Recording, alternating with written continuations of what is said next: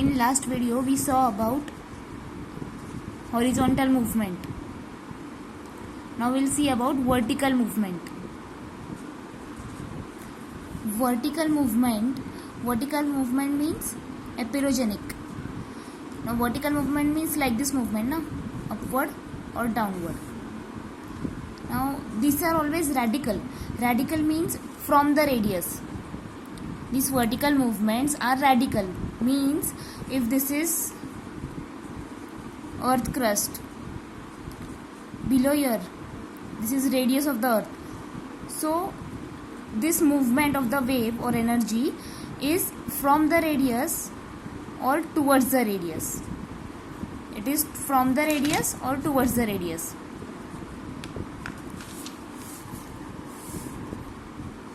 So here what happens, if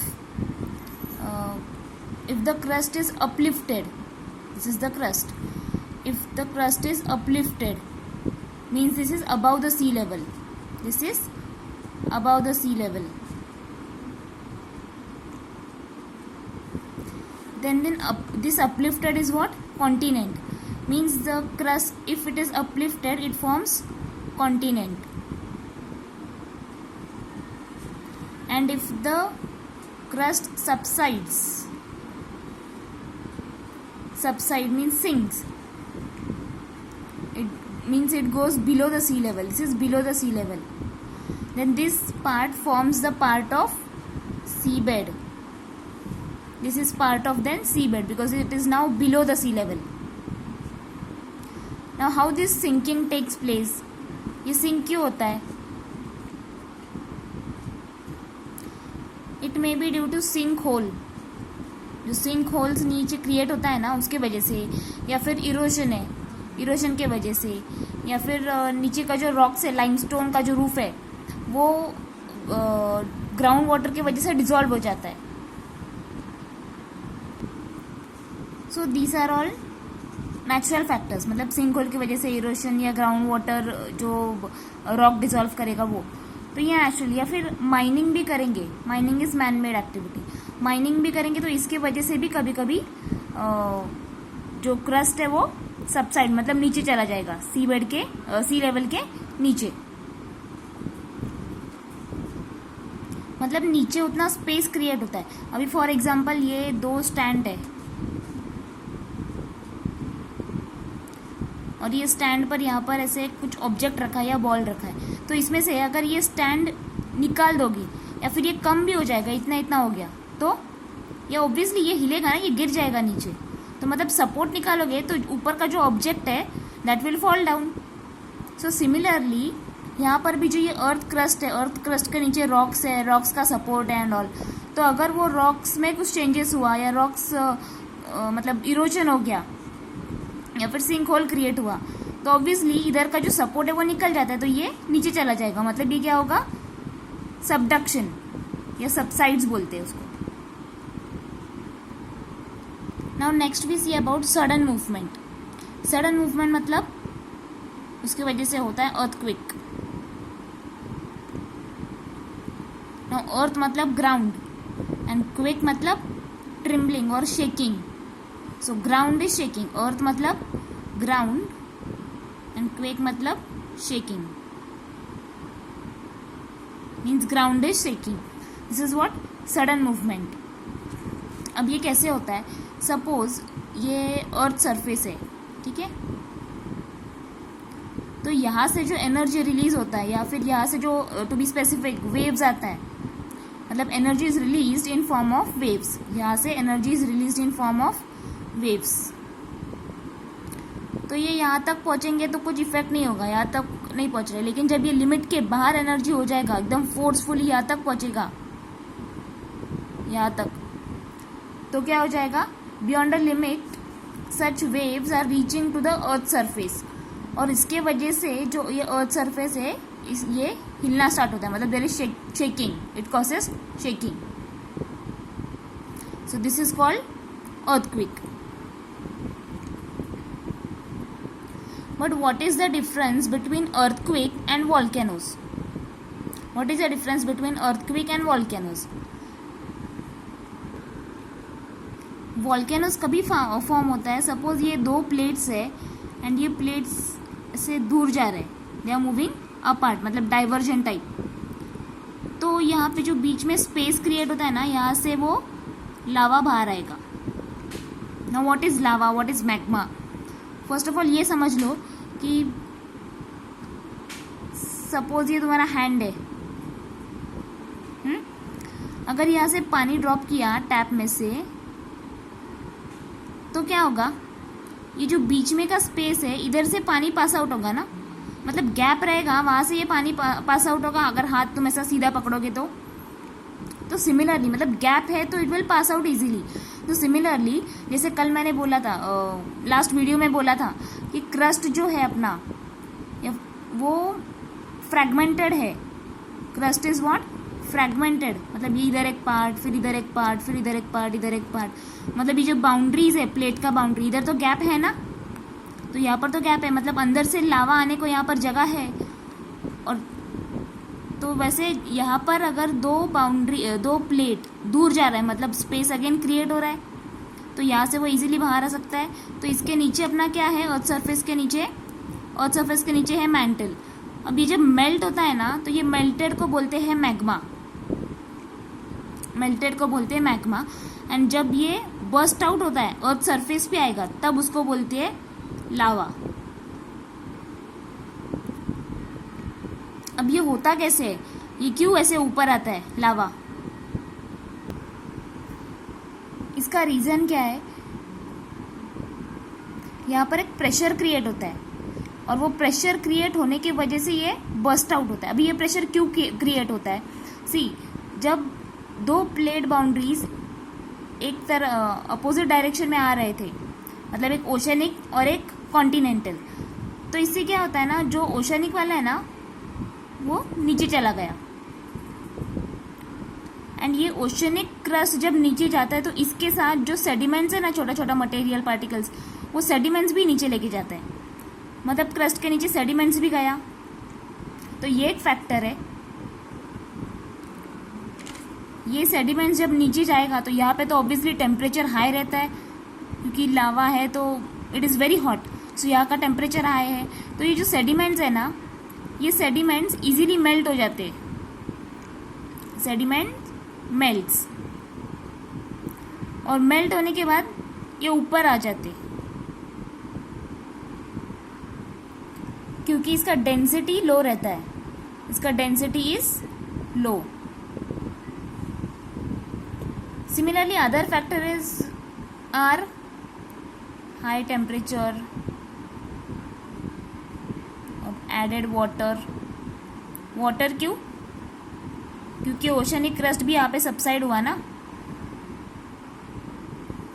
और ये पानी की वजह से, वाटर की वजह से क्या होता है, बहुत सारा वाटर वेपर फॉर्म होता है। मतलब see, if there is fire and वो फायर पे अगर तुम लोग पानी डालोगे, यहाँ पर अगर फायर है और इस पर पानी डाला तो बहुत सारा धुआं होगा ना, वेपर्स टाइप, तो ये तो कम आ गए, लेकिन यहाँ पे बहुत ज़्यादा आ गए। सो यहाँ पे अगर ये वाटर आ गया तो क्या हो जाएगा, बबल्स क्रिएट होगा, बबल्स और गैसेस, एंड फिर ये जो है गैस को बहुत प्रेशर मिलता है, तो it try to come out. जहाँ से भी गैप मिलेगा ना, तो वहाँ से वो बाहर आना ट्राई करेगा, जो भी यहाँ पर बबल्स क्रिएट होगा वो। तो इसलिए जब लावा यहाँ से, मतलब जो मैग्मा है वो बाहर आएगा in the form of lava, तो उसमें क्या क्या होगा, water vapour, ash, poisonous gas, ये सब भी उसके साथ बाहर आएगा। Now there are two types of volcano. कौन सा वॉल्केनो? एक सेंट्रल या कॉनिकल बोलते हैं। फर्स्ट इज सेंट्रल और conical and next is fixture.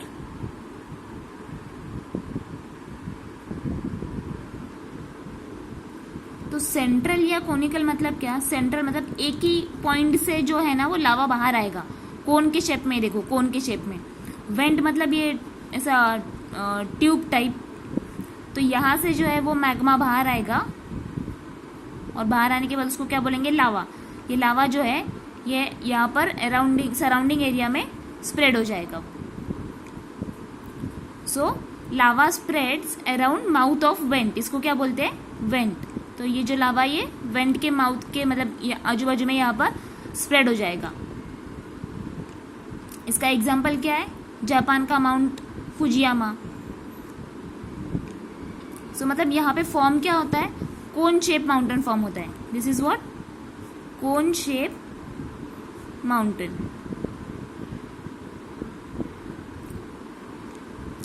Now next is fixture.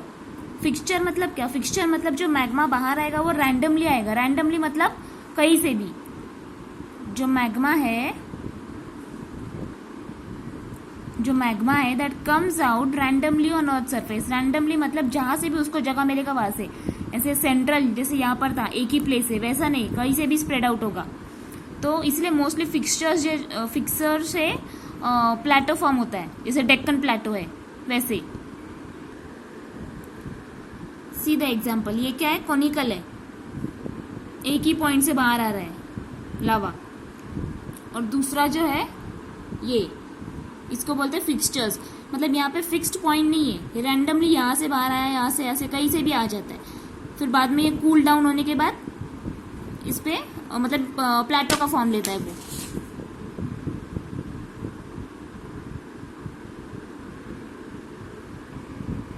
सो अभी तक ये समझा होगा कि वॉल्केनो इरप्ट होने के लिए वॉल्केनो को कुछ गैप लगेगा, मतलब बाउंड्री। तो जो प्लेट का बाउंड्री है वहां पर वो ऑकर होगा ना मोस्टली। क्यों? क्योंकि वॉल्केनो बाहर आने के लिए गैप लगेगा। और गैप किधर क्रिएट रहेगा? जो अपना बाउंड्रीज है वहां पर, प्लेट का बाउंड्री। जैसे ये देखो, ये कौन सा है? South American plate, north American plate. तो सी बाउंड्री पे ये जो दिख रहा है पिंक पिंक, ये सब क्या है? यहाँ ये स्पॉट्स है जहां पर वॉल्केनो हो सकता है। सो मोस्टली वो प्लेट के बाउंड्रीज पर होता है वॉल्केनो। सी ये अफ्रीकन प्लेट है, यहाँ पर भी है स्पॉट्स। ये Indo Australian plate, Pacific plate, Eurasian plate, ये ऐसे अलग अलग प्लेट है। तो ये प्लेट के बाउंड्रीज पे, क्योंकि यहाँ पर गैप होता है ना, तो यहाँ से वो लावा इजीली बाहर आ सकता है। सो ये सब पॉइंट्स है, वो वॉल्केनो के पॉइंट है।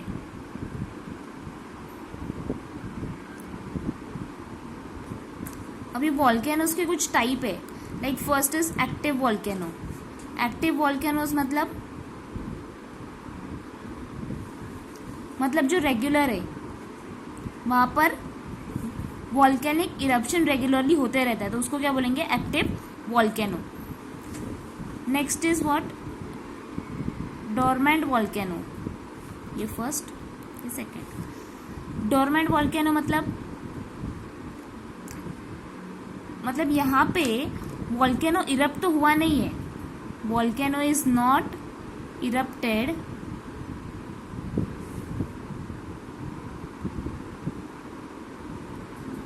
but may become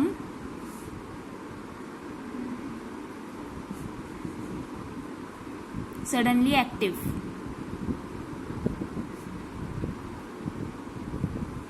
So dormant volcano मतलब इरप्ट तो हुआ नहीं है, लेकिन यहाँ पर सडनली वो एक्टिव हो सकता है। So that is called what? Dormant volcano. And third is extinct volcano. Extinct volcano मतलब वॉल्केनो नॉट इरप्टेड